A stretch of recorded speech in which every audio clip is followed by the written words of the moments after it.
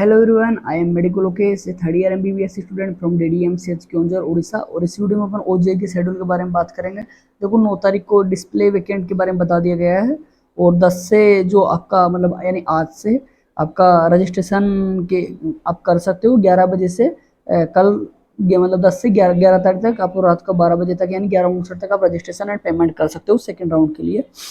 Reconciliation data verification and validation 12 तारीख को आ जाएगा। मतलब आप 10 तारीख से यानी 10 सितंबर से लेकर 11 सितंबर को रात को 11:59 तक आप रजिस्ट्रेशन एंड पेमेंट कर सकते हो।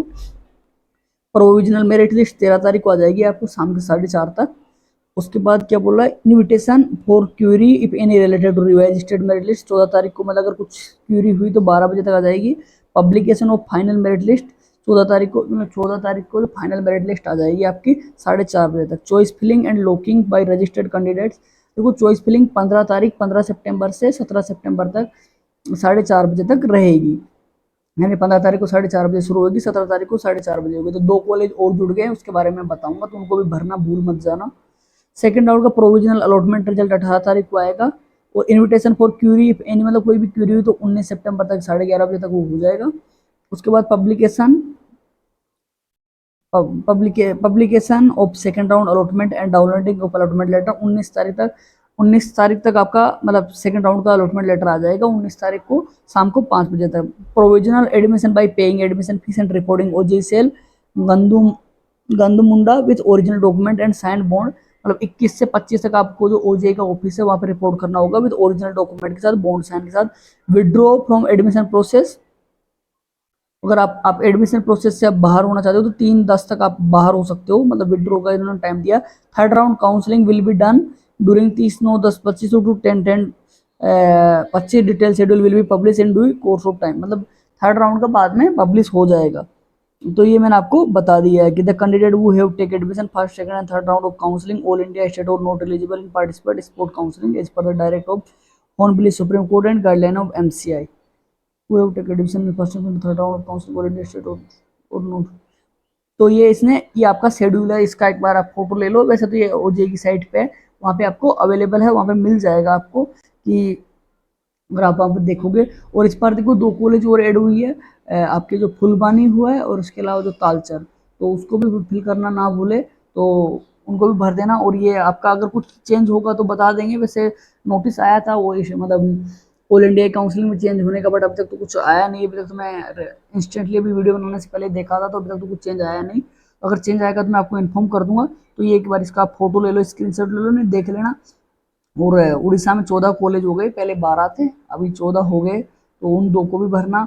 और चॉइस फिलिंग के उन 2 कॉलेज को कैसे रखोगे, तो देखो तालसर और फुलवानी में बच्चे कंफ्यूज हो रहे हैं।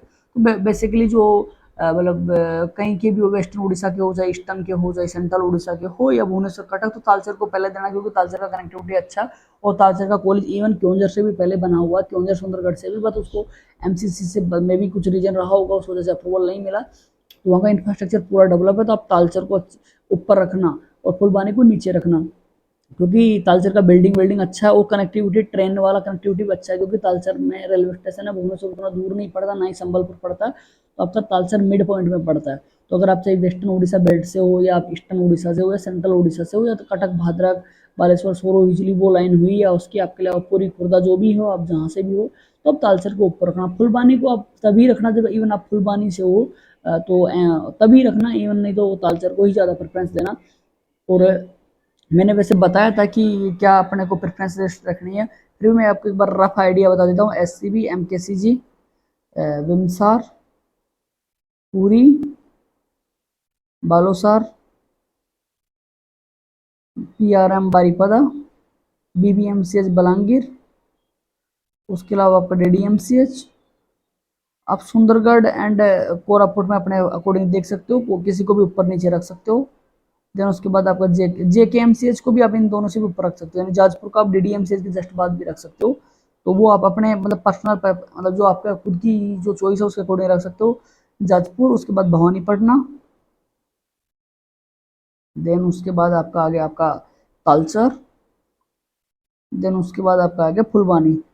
अगर किसी को मतलब प्रेफरेंस लिस्ट के बारे में ज़्यादा जानकारी चाहिए तो आप मेरे से कॉन्टैक्ट कर सकते हो, जो आप स्क्रीन पर नंबर देख रहे हो, इस पर मेरे को डीएम कर देना, मैं आपको हेल्प कर दूंगा। और जिसका भी यदि किसी का सिलेक्शन नहीं हुआ, अगर उसको कुछ प्रॉब्लम आ रही है कि मेरे को क्या करना चाहिए, कि करियर रिगार्डिंग कुछ भी आपको कुछ पूछना हो, तो आप मेरे से कॉन्टैक्ट कर सकते हो।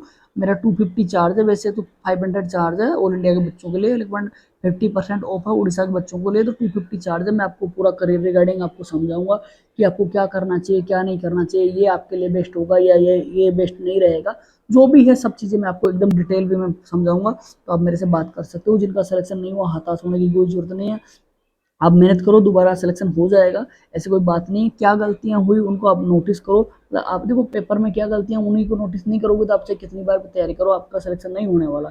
जो भी आपने गलती की है उसको नोटिस करो कि यार मैंने क्या ऐसी मिस्टेक की है जिसकी वजह से मेरा सिलेक्शन नहीं हुआ, सिली मिस्टेक की है, या आपने पढ़ाई नहीं की, या आप मतलब कोई और रीजन रहा, आपका हेल्थ इशू हो गया, या आपका पेपर के टाइम पे जो वो 2-3 घंटे उसमें कुछ प्रॉब्लम आ गई, तो उन चीज़ों को आप देखो।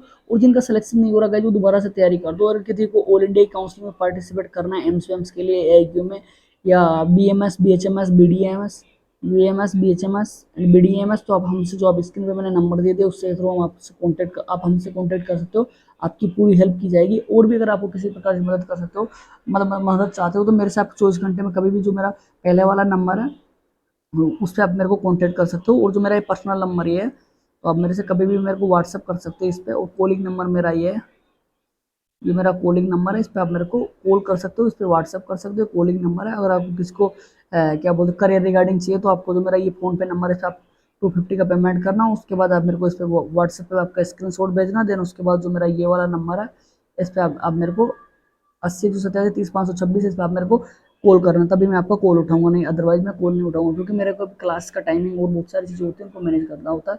आई होप आप समझ गए होंगे। Thank you. जय हिंद, जय भारत, जय जगन्नाथ, जय माता रानी।